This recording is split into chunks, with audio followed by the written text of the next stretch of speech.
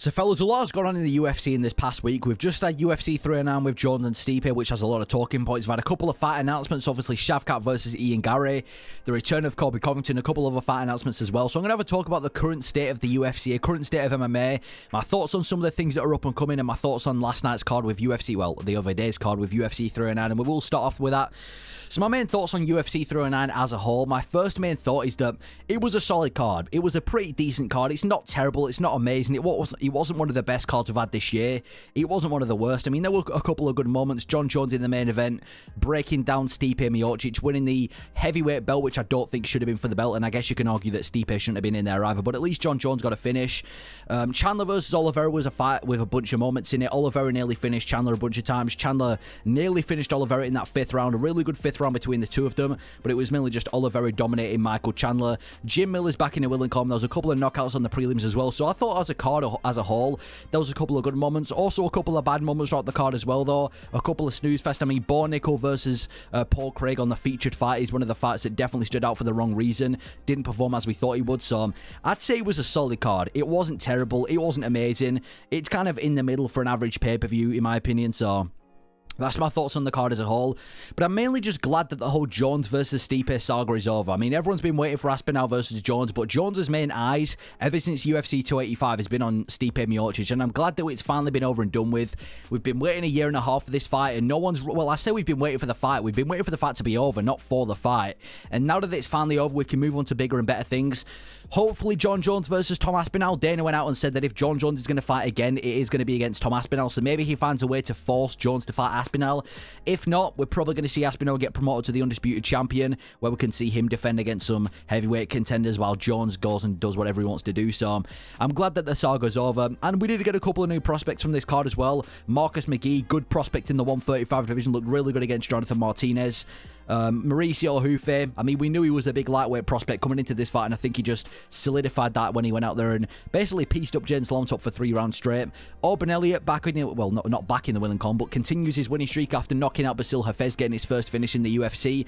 And even though Bo Nickal's getting a lot of hate right now, I still kind of want to call him a prospect. Maybe he had a little bit more hype than he deserved, but I still think he's got a little bit of potential in the middleweight division. So those are my main thoughts on UFC 309 as a card as a whole. I thought it was a solid card. It could have been a lot better. It could have been a lot worse, but it was overall a solid card. Now, my thoughts on Jon Jones individually, just Jon Jones. My first thought, he looked great in this fight.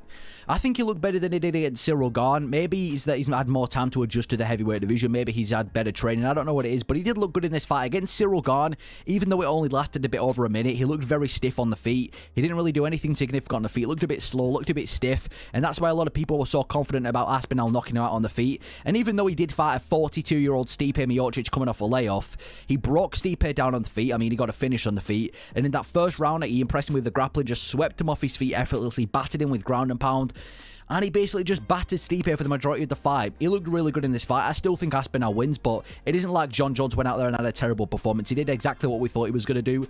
Broke down Stipe Miocic, but Aspinall has to be next. He has no other choice but to fight Aspinall. I mean, he's got an interim champion in his division, a guy who's defended the interim belt as well. Not only an interim champion, but a guy who's defended it. He weighed in as the backup at this event. He's been in the crowd. Everyone's been waiting for Aspinall to fight Jones. Everyone, even at the press conference for Jon Jones' fight, people are screaming Aspinall's name. So there's no other choice. It has to be him versus Aspinall next. And I will say that Jon Jones, in my opinion, after that performance, he is the greatest of all time. I mean, 29-0, 28-1 technically, but I'm giving him the win over Matt Hamill. 14 total title defenses. He's been a champion in 2 divisions. He's defended in 2 divisions. Beat 3 generations of champions. Was a champ in 2011. Still a champ coming into 2025. Most title wins in UFC history.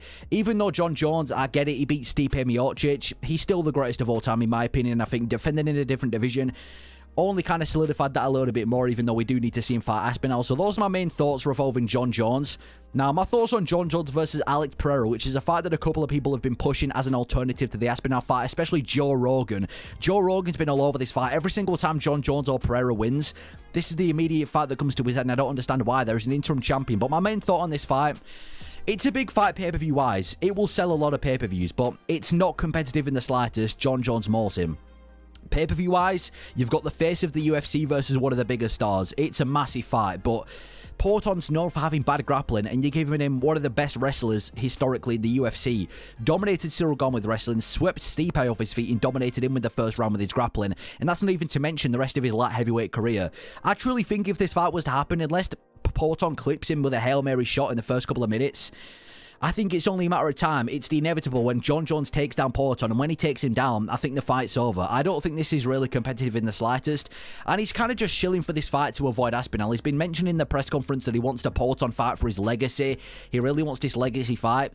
And I think he's doing it because, listen, Porton's in the top 3 pound for pound. He's a light heavyweight champion, so he's obviously doing well in the UFC, but there's an interim champion in your division. I feel like he's only mentioning Porton because he knows it's stylistically a very easy matchup against a big name, rather than fighting Tom Aspinall, who rightfully should be getting his shot at the undisputed belt. So if Jon Jones does go out of his way to give up the undisputed belt and go and fight Porton down at 205, or maybe they fight in the middle, I'm not really sure they're going to solve that out, but I guess he can do that. But I think Aspinall has to be the name for Jon Jones to fight next. I personally don't really have any interest in this matchup.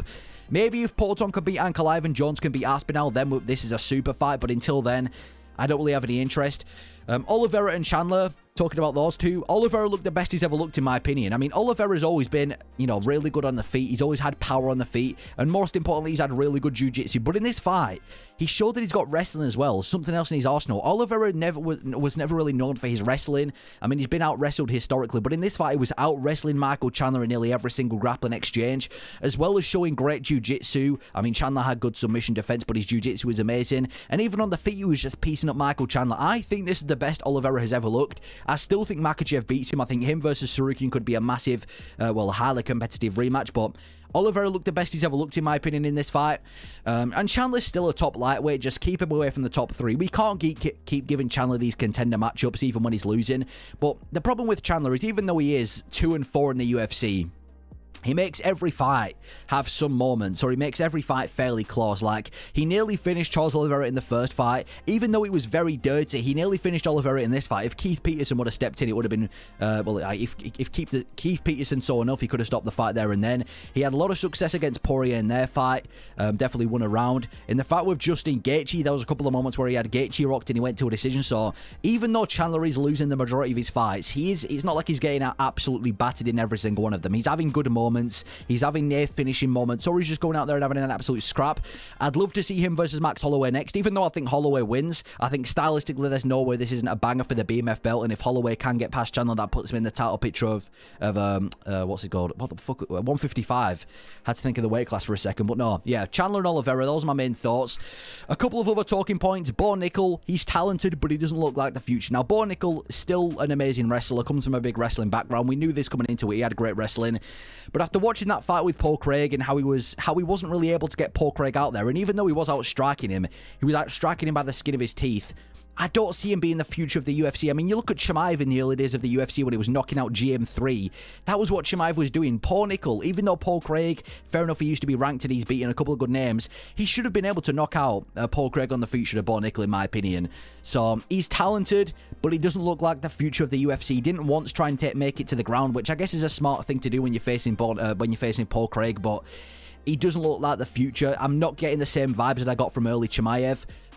Anyway, Mauricio Hufe, super crafty and talented, but I think he needs to take his time. Now, even though he went to a decision when most people thought he was going to get a stoppage, that shouldn't take away from his performance. He went out there and absolutely battered James Lontop. One of the most entertaining strikers. He's super crafty.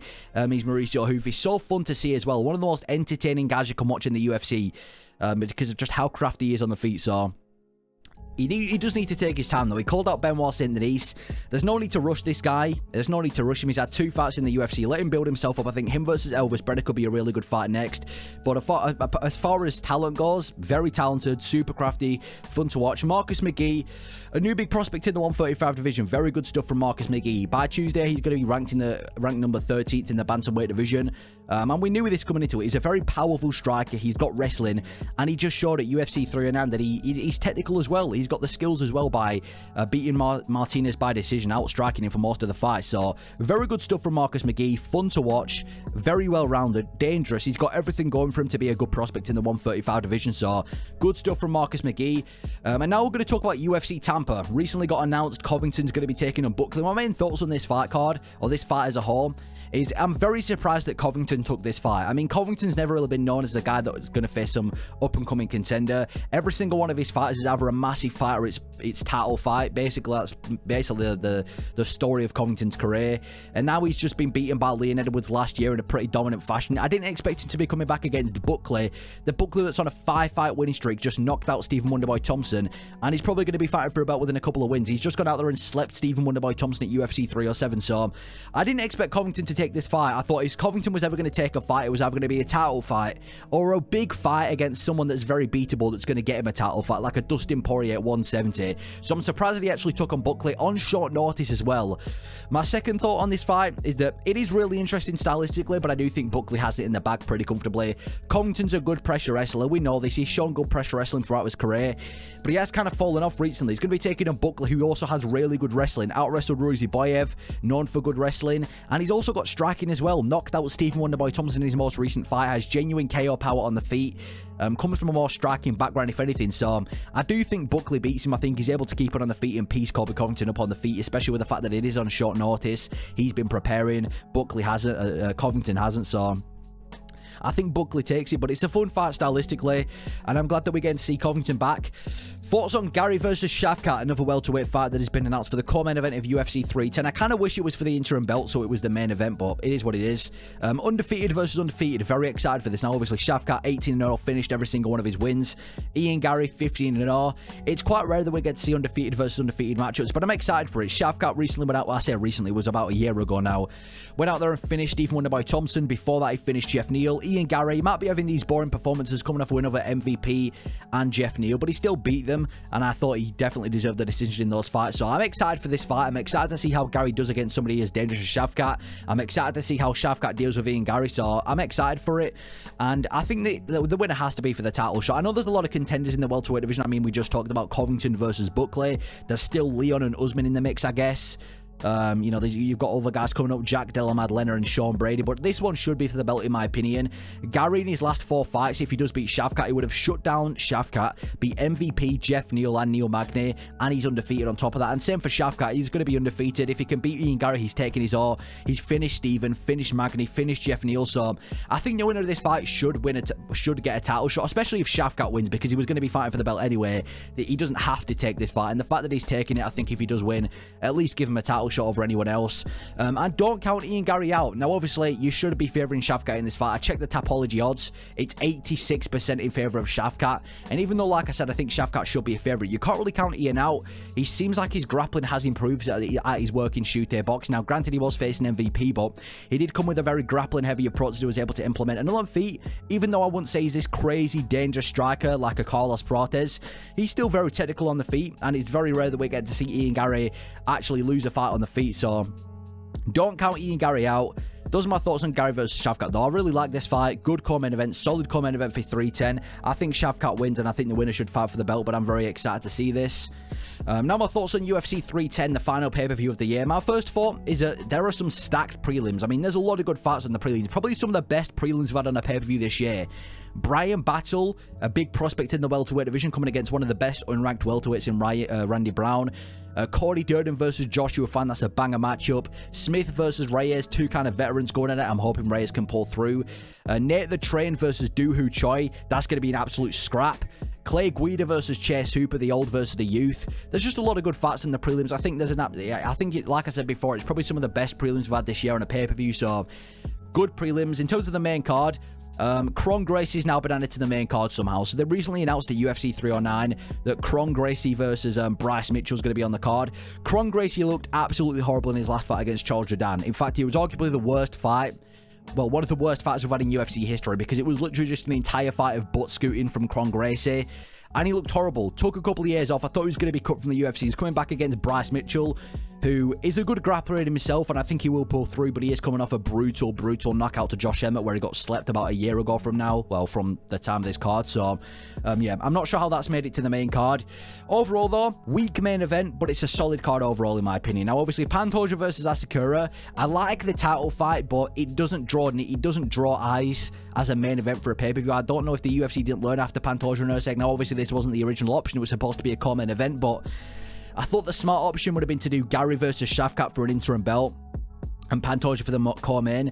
And I know flyweight main events don't really get the hype that they kind of as other title fights do, so it has got a weak main event, but as a whole, it's a solid card. I honestly think on paper it's one of the best ones this year. I mean, like I said, you've got Garry versus Shavkat, you've got Garn versus Volkov. I can't wait for that. The rebooking of Evil and Sterling, and that's, like I said, on top of that, you've got the prelims. So I think it's a really good card top to bottom. One of the best pay-per-view cards this year, so I really like UFC 310. I'd say it's probably top 4 of the year. I'd say 299, 308, and 300 probably top it, but based on how it performs, it definitely has potential to break into the top 3.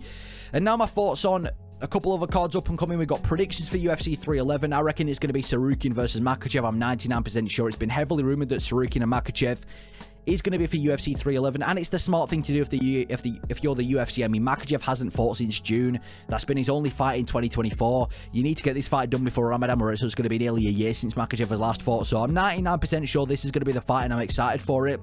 And so far, it is a solid card. It needs a few more big fights. So they've announced a couple of fights. Jailton Almeida versus Sergey Spivak. I really like this fight. Two of some of the best up-and-coming grapplers in the heavyweight division. I think Almeida ragdolls him. I think he's one of the most underrated heavyweights right now, but I'm still excited to see how he does against Spivak, who's coming off a win over Pereira. Johnny Walker versus Bogdan Guskov. I like this fight as well. Bogdan Guskov's on the come-up. Johnny Walker needs to fight down. I like this fight too. Peyton Talbot's on the card against Barcelos. Big prospect in the bantamweight division as well, so it does need a few more big fights. Apparently Marab might be on this card as well, even though that's not a rumor really. It's kind of just, well, it is a rumor, but it's not really been confirmed, so they definitely need to add a few more big fights, but so far it is looking all right. And now my thoughts on UFC London. So the UFC, they've announced a couple of days ago that they're going to be returning to London for a fight night on the 22nd of March. My first thoughts is, I'm surprised that they're not doing a UK pay-per-view, unless they have Aspinall planned for it. Maybe they're going to do what they did in 2023, where they did a pay-per-view and a fight night, but I'm hoping that they're saving Aspinall for a UK pay-per-view. Maybe they do Aspinall versus Jones, and then Aspinall later on defended his belt against the winner of Garn Volkov. I'm not really sure what's going on, but I hope they do a pay-per-view in the UK. I thought that would have made the most sense considering the UK MMA scene is the best it's ever been, but I'll take a fight night. I assume the headline is going to be either Paddy and Moicano or Leon. Paddy versus Moicano, one of the most talked about matchups you can make in the 155 division. Really good fight, really good build-up. Big implications for the winner of that fight, so maybe that's the main event. Or maybe Leon Edwards' return. I know he tweeted saying he wants to return on this card. He hasn't fought since he got dominated by Bilal Muhammad, so maybe he can come back in a fight night main event where he belongs, taking on maybe somebody like Jack or Sean Brady or whoever's ready to fight. I kind of want to see Jack on the Australian card against Sean Brady, so I'm not sure who he fights, but maybe the winner of, I don't know who Leon fights, but I'm assuming we see Leon. But that's my main thoughts on the current state of the UFC, my current thoughts on a couple of the fights and the cards that we've got up and coming. Let me know your thoughts on the current state of the UFC. Thank you for watching.